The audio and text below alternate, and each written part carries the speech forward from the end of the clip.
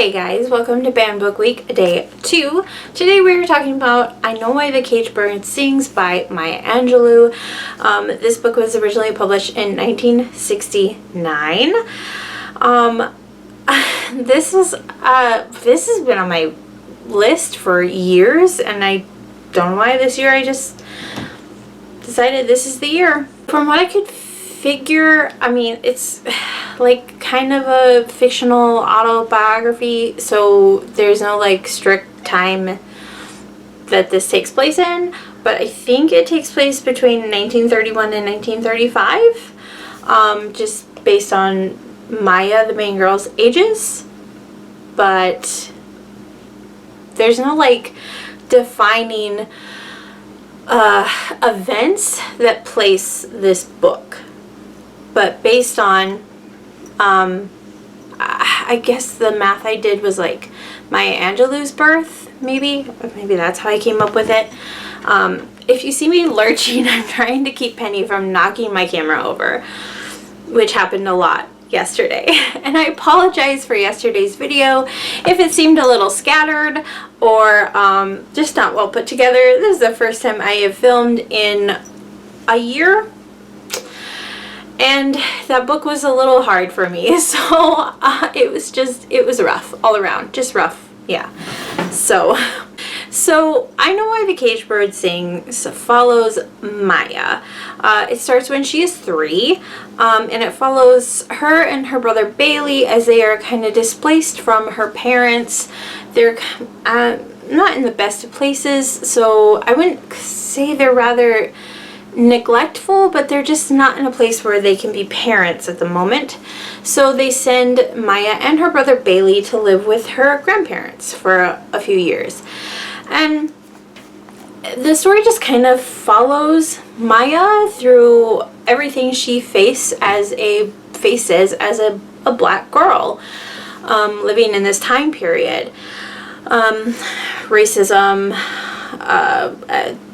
living as kind of a lower class, middle class girl who just happens to be black. She has family members having to run from the KKK. People just not treating her very nicely. I mean, there's a person at her graduation like looking down because she was in like an all black class because segregation was still happening and they hadn't integrated oh my god, they hadn't had schools for everyone yet, so there were still like black and white schools.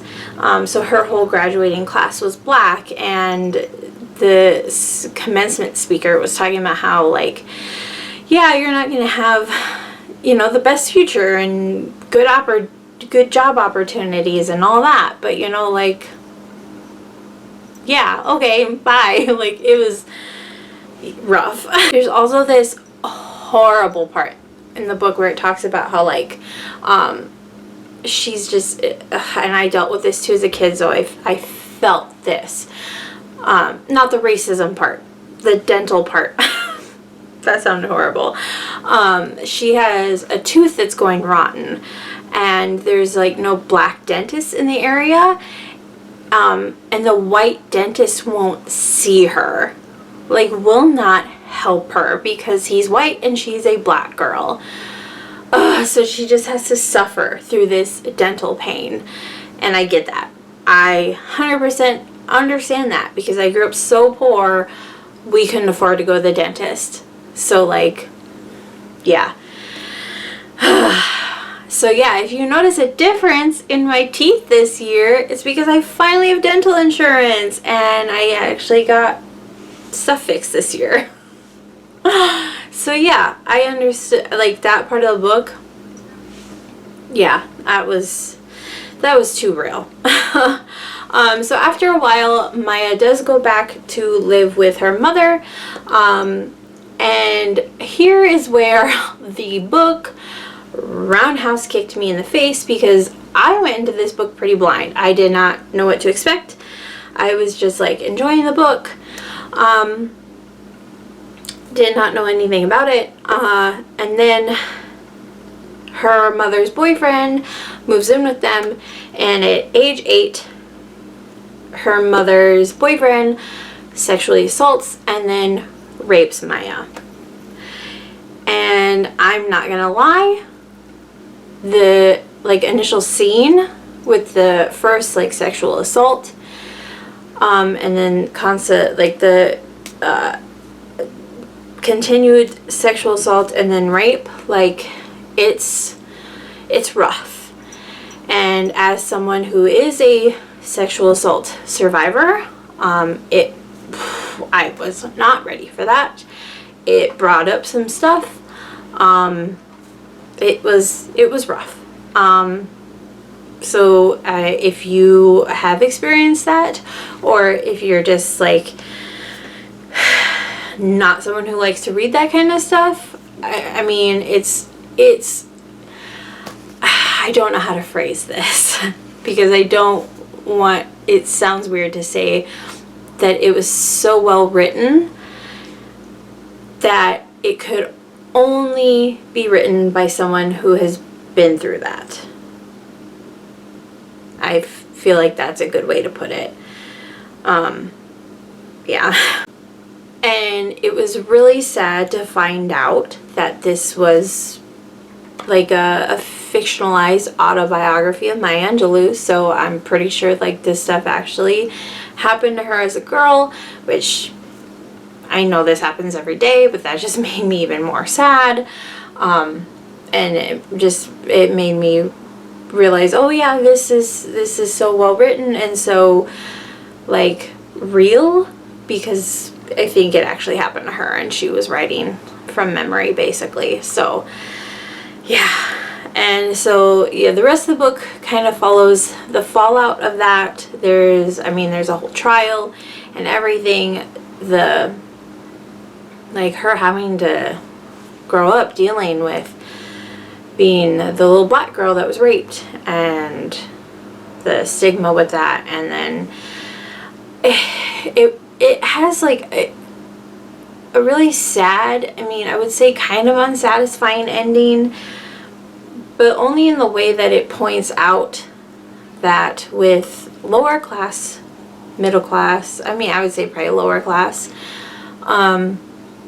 families, and especially with minorities, education,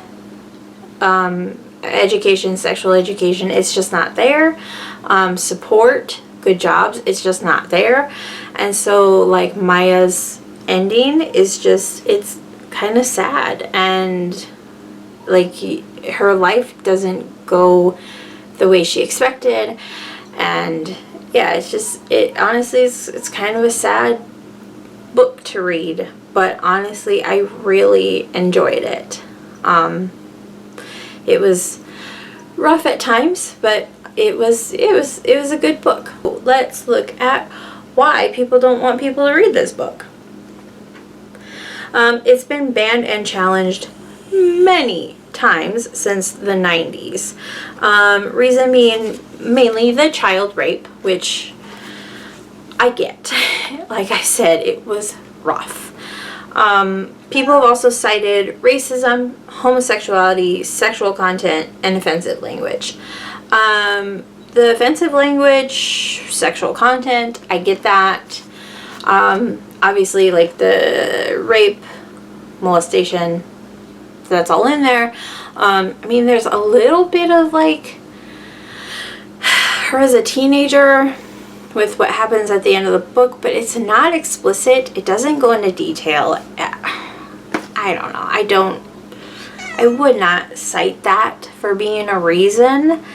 Honestly, the trauma of her childhood is way more explicit than anything that happens as an adult with her. Not to her, with her. Homosexuality, I don't remember. I'm to that point where if there's something with a gay person, it doesn't faze me because it's just, it shouldn't. I don't know. So I don't remember there being anything with homosexuality in this book. I don't know. Did I say language? Yeah, there was definitely language in the book, but nothing like, there were no like F words or anything like that I remember, so I don't, yeah, I'm not gonna cite that for a reason to be banned. And then once again, we come to racism. I hate this being a reason being cited for a book to be banned.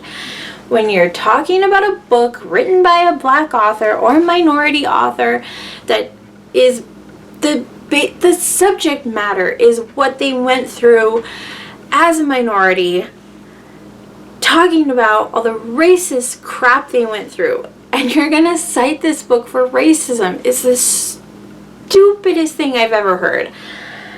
It comes up in so many banned books, and I hate it. It is the stupidest thing ever.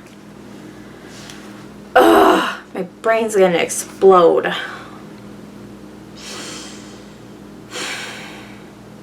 Let minorities tell their story and stop trying to cite them for racism. It's the stupidest thing ever. So, do I think Why the Caged Bird Sings should be banned? I mean,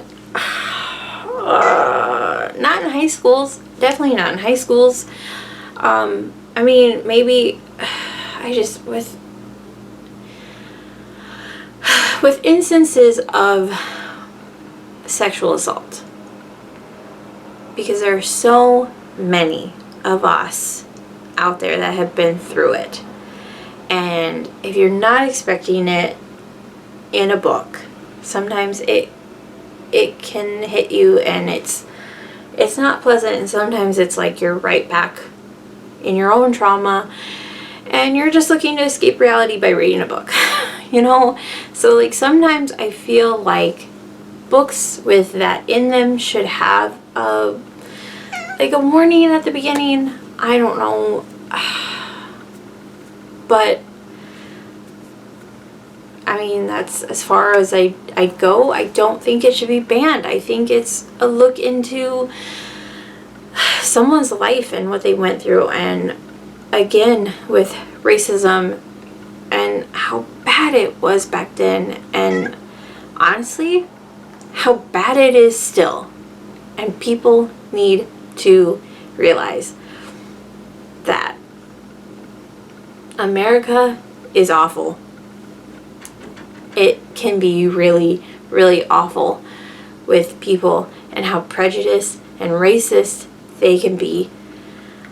I live in South Dakota, and like my husband and I are some of the most progressive people I know, and sometimes it's hard because you want to talk to people and they just sound so ignorant and hateful, and it's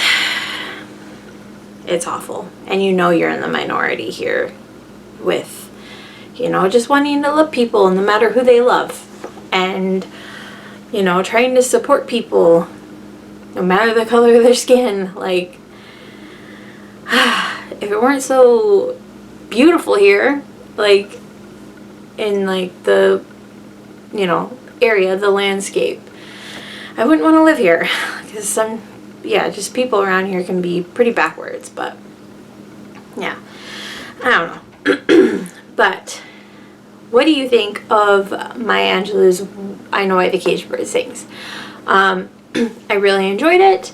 Yeah, some parts were a little rough, but overall I really enjoyed it. I definitely enjoyed it more than yesterday's video, and we are only going up from here for the next 3 days. So yeah, I'm excited. So let me know what you guys think, if you've read it, if you plan to read it, what were your thoughts? So I love you guys so much, and I will see you tomorrow.